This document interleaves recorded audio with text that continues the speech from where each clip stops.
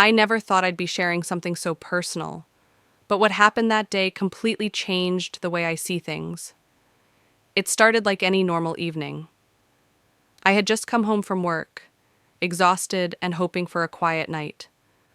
My stepson, Ryan, was in his room with the door slightly open. I wasn't trying to snoop, but something about the way he was talking to himself caught my attention. His tone was anxious, almost like he was hiding something. At first, I thought maybe he was just practicing for a school presentation or talking to a friend on the phone, but then I noticed he wasn't holding a phone. Curiosity got the better of me. I moved a little closer, careful not to make a sound. What I saw next genuinely stopped me in my tracks. Ryan was sitting on the floor, surrounded by scattered papers, old photographs, and what looked like a journal. He was visibly upset, whispering things under his breath, things that didn't make much sense at first. But as I listened more closely, I started piecing together that this wasn't just a random teenage moment. Something was clearly bothering him, something deeper. As a step-parent, I've always tried to respect boundaries, give him space, and let him come to me when he's ready. But this felt different. I could feel my heart racing, unsure whether to walk away or step in. I didn't want to make things worse, but I also couldn't ignore what I had just seen. What was in those papers? Why did he look so disturbed? Was he in some kind of trouble? I knew I had to do something, but I had no idea how he would react. And what happened next? Well, that's where everything changed. I slowly backed away from his door, not wanting him to know I had seen anything. My mind was racing. Ryan had always been a quiet kid, not unfriendly, just private. When I married his mom 2 years ago, we had our ups and downs, but I thought we were starting to build a little trust. That night, though, I realized there was a side of him I didn't know at all. I waited until he went downstairs for a snack before I quietly stepped into his room. I didn't want to invade his privacy, but I couldn't shake the feeling that he needed help, even if he didn't know how to ask for it. On the floor, I saw sketches. Some were of places, others of people I didn't recognize. One of the drawings was torn, and there were scribbles over it like he had tried to block something out. Next to the drawings was a notebook, the kind he usually used for school, but this one had no name on it. I picked it up, hesitated for a moment, then opened it. The first few pages were just regular notes, but as I flipped through, the handwriting changed, got messier, more frantic. There were entries about feeling lost, misunderstood, even something about being watched. My stomach dropped. I couldn't understand what any of it meant, but it was clear he was going through something. And the strange part? None of it had ever come up before. At dinner, he was usually quiet but polite. He never gave us a reason to worry. No bad grades, no fights, nothing. But these notes were full of emotion, like he'd been keeping it all bottled up. One line stood out. They think I don't notice, but I do. It's getting worse. I didn't know who they were or what was getting worse. Just then, I heard footsteps coming back up the stairs. I quickly put everything back and slipped out of his room. My heart was pounding. I felt like I had opened a door I wasn't ready to walk through. I didn't want to betray his trust, but I also couldn't unsee what I had just read. That night, I barely slept. Every time I closed my eyes, I saw that torn drawing, and those words etched into my mind. Something was going on with Ryan. Something he wasn't telling anyone. And deep down, I knew I was about to find out more than I ever expected. The next morning, things felt different. Ryan came down for breakfast like he always did, calm and quiet, scrolling on his phone, avoiding eye contact. But now, every move he made seemed to mean something. I couldn't stop thinking about that line in the notebook. They think I don't notice, but I do. It kept echoing in my head. Was he talking about us? Was there something happening at school? Or was this something even deeper? I tried to casually bring up how things were going in his life. Just simple questions. how school was, if he had any projects coming up, stuff like that. But he gave short answers, just enough to keep the conversation moving without really saying anything. It was like he was wearing a mask, hiding whatever was really going on inside. My wife, Emily, didn't seem to notice anything unusual. She was in a rush to get to work, kissing us both goodbye like nothing was wrong. I didn't want to worry her yet, not until I knew more. Later that day, I started noticing small things around the house. Ryan's door being locked more often, lights on in his room late into the night, his backpack always zipped tight and never left lying around like it used to be. It was like he was trying to protect something. That notebook had opened a door into a part of his world I hadn't seen before, and now I couldn't stop looking for more pieces to the puzzle. One afternoon, when I got home early, I found him in the garage, alone, working on something with the door halfway shut.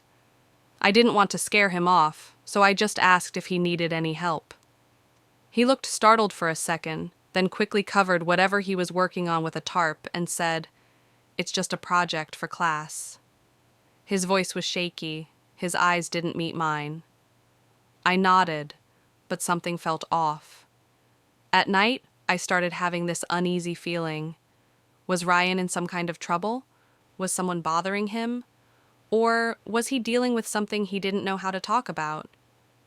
I thought about calling the school, maybe even talking to his counselor. But what would I say? That I read his journal and now I'm suspicious? I knew I was getting closer to something, but I still didn't understand what it was. And the deeper I looked, the more questions I had. A few days later, something happened that pushed everything over the edge. I came home earlier than usual, again, hoping to catch a moment where Ryan might let something slip. The house was quiet. Too quiet. I called out his name. No answer. Emily hadn't come home yet, and the sun was already setting. I walked past the hallway toward his room, and I noticed the door was open just a crack. But this time, there was a sound coming from inside, like muffled talking. I thought maybe he was on a call or watching something on his laptop. But when I leaned in, I realized he wasn't talking to anyone. He was recording something. His phone was propped up on a shelf, and he was sitting in front of it, speaking directly to the camera. His voice was low, almost trembling, and the words hit me like a punch in the gut. "If anyone finds this, I want them to know I tried. I tried to be normal. I tried to keep it together, but it's getting worse. And no one sees it." I froze. I had no idea what he was talking about exactly, but the emotion in his voice was raw and real. He looked completely drained, his eyes red, his face pale. He mentioned someone watching him, something about people not being who they say they are. At first, I thought maybe it was a metaphor, a way to express isolation. But then he said something that made me feel cold inside. "They're in the house. They pretend like everything's fine. But I know they're not who they say they are." I didn't know if he was talking about us, about me, or if he was completely unraveling. I stepped back quietly, trying to process everything. Was this a mental health crisis? Was he paranoid, or was there something else going on? Could he be imagining things, or had something actually happened to him? I remembered a conversation he had with a friend a few weeks ago, just in passing, about someone at school who got suspended for bullying. Ryan brushed it off at the time, but now I wondered if that was connected. Later that night, I waited until he went to bed. Then I went back to the garage. I needed to see what was under that tarp. My hands were shaking as I slowly pulled it back. What I found left me speechless. It wasn't dangerous, but it was strange. Stacks of notebooks, taped together, with symbols drawn all over the covers. Some of them were filled with diagrams, timelines, even newspaper clippings. It looked like he had been documenting something, like an investigation. One newspaper headline caught my eye. "Local man disappears without a trace." Under it, in Ryan's handwriting, were notes connecting it to other stories. Missing people, strange sightings, symbols left behind. At first, it seemed like fantasy, but he had dates, locations, names, too detailed to be random. My heart was pounding. This was bigger than I thought. And whatever Ryan believed was happening, he had been piecing it together for a long time. I didn't know what I just stepped into, but I knew something was coming, something I wasn't ready for. I stood there in the garage, heart racing, still staring at the clippings and notes Ryan had collected. I kept flipping through the pages, half hoping to find something that would make all of this make sense. But instead, I found something that made it all even more confusing. Tucked between two journals was an old photograph, faded, black and white, with a date written on the back, 1997. In the picture was a man standing in front of a house.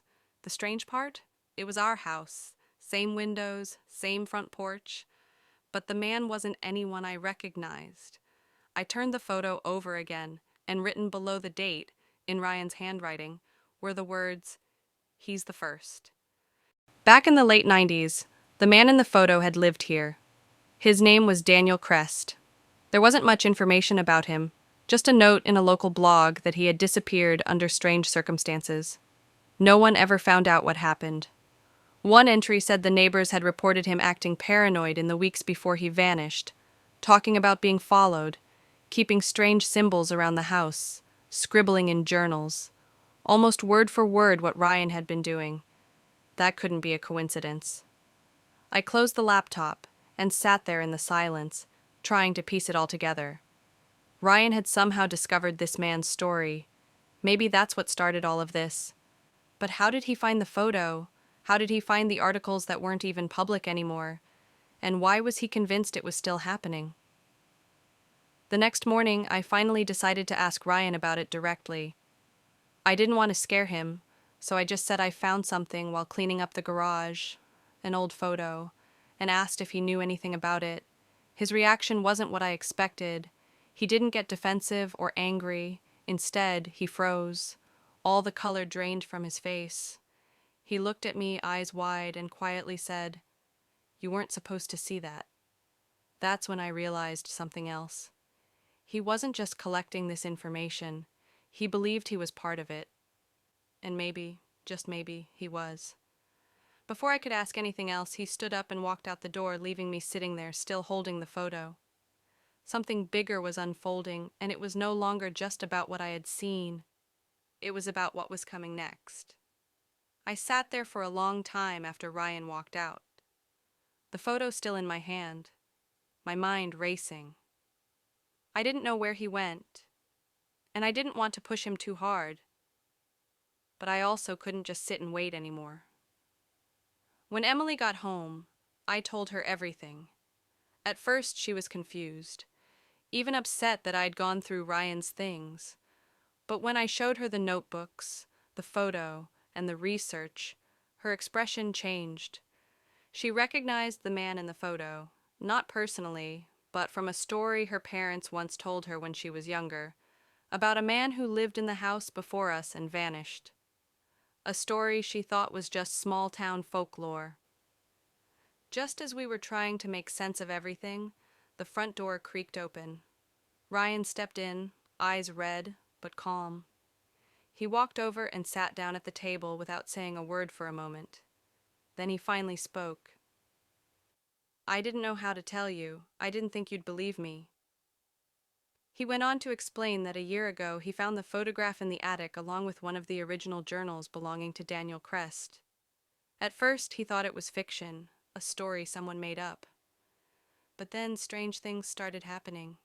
Flickering lights, doors opening, that constant feeling of being watched. He began documenting everything, just like Daniel had. "I think he was trying to warn whoever came next," Ryan said, "and now it's me." As intense as it all sounded, something about the way he said it felt genuine, like he wasn't imagining things but piecing together something that had been hidden for years. That night we went into the attic together. Ryan showed us a loose board in the wall. Behind it were more journals, old VHS tapes, and another photo. This time it was newer, dated just 2 years ago, with a clear image of Ryan standing outside our house. He didn't remember it ever being taken. And then, just as we were absorbing it all, the lights in the attic flickered and went out. We froze. When they came back on a second later, the photograph was gone. Ryan looked at me and said, "It's starting again." That's when I realized this wasn't over.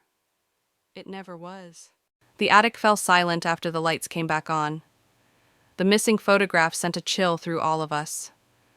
We stood there for a long moment, each of us trying to make sense of what just happened. Ryan didn't say much. He just stared at the spot where the photo had been, like he already knew this wasn't the end. Just another chapter in something bigger.